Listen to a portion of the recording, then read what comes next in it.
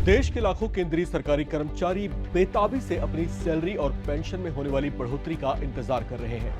8वें वेतन आयोग के लिए गठित पैनल इस पर पूरी तेजी से काम कर रहा है। इसे लेकर अब ऐसा अपडेट सामने आया है जिसने लाखों सरकारी कर्मचारियों और पेंशनर्स के बीच जबरदस्त हलचल मचा दी है। फिटमेंट फैक्टर को लेकर जो आंकड़े सामने आ रहे हैं, उन्हें देखकर हर कर्मचारी सिर्फ एक ही सवाल पूछ रहा है, क्या इस बार सरकार इतिहास की सबसे बड़ी सैलरी बढ़ोतरी करने वाली है? सरकार लगातार बैठकों में व्यस्त है। कर्मचारी संगठन अपनी मांगे भेज रहे हैं और अब सुझाव देने की आखिरी तारीख भी बढ़ाकर 15 जून 2026 कर दी गई है। यानी पर्दे के पीछे कुछ बड़ा चल रहा है। चर्चा जिस चीज की हो रही है वो है फिटमेंट फैक्टर, क्योंकि यही वो फॉर्मूला है जो तय करेगा कि कर्मचारियों की नई बेसिक सैलरी कितनी होगी।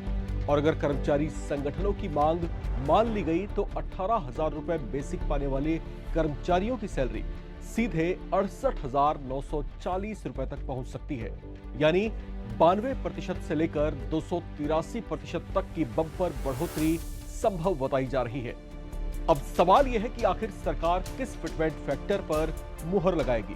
क्या कर्मचारियों को मिलेगी अब तक की सबसे बड़ी वेतन बढ़ोतरी? और 8वां वेतन आयोग आखिर कब लागू होगा? नवभारत टाइम्स की इस पूरी रिपोर्ट में हम आपको बताएंगे वो पूरा गणित जिसने लाखों कर्मचारियों की उम्मीदें अचानक आसमान पर पहुंचा दी है। 8वें वेतन आयोग को लेकर अब ऐसा अपडेट सामने आ रहा है जिसने लाखों केंद्रीय कर्मचारियों और पेंशनर्स की उम्मीदें और ज्यादा बढ़ा दी है। फिलहाल 8वें वेतन आयोग के लिए अलग अलग कर्मचारी संगठन और एक्सपर्ट्स की तरफ से 1.92 से लेकर 3.83 तक का फिटमेंट फैक्टर की जो मांग है वो सामने रखी गई है। अगर सरकार 3.83 फिटमेंट फैक्टर मान लेती है तो मौजूदा 18,000 रुपए बेसिक पाने वाले कर्मचारी की बेसिक सैलरी सीधे 68,940 रुपए तक पहुंच सकती है। यानी सैलरी में रिकॉर्ड तोड़ उछाल देखने को मिल सकता है। National council of joint consultative machinery यानी जेसीएम ने अपनी सबसे ज्यादा 3.83 फिटमेंट फैक्टर की मांग रखी है। वहीं नेशनल पेंशनर्स ऑर्गेनाइजेशन ने 3.25 और इंडियन ट्रेड यूनियन कांग्रेस ने 3.0 फिटमेंट फैक्टर का सुझाव दिया है।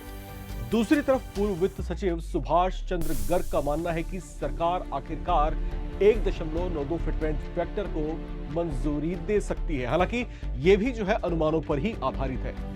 अब जरा इन आंकड़ों को समझिए।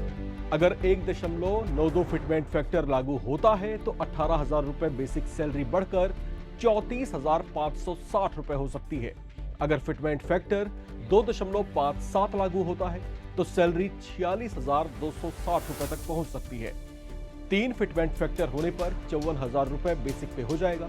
इसके अलावा 3.25 पर 58,500 रुपए और अगर 3.83 फिटमेंट फैक्टर लागू होता है तो बेसिक पे 68,940 रुपए तक पहुंच सकता है।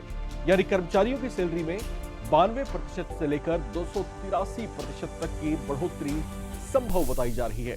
इसका असर सिर्फ बेसिक पे पर नहीं पड़ेगा बल्कि डीए, एचआरए, टीए और दूसरे भत्तों पर भी बड़ा असर देखने को मिल सकता है।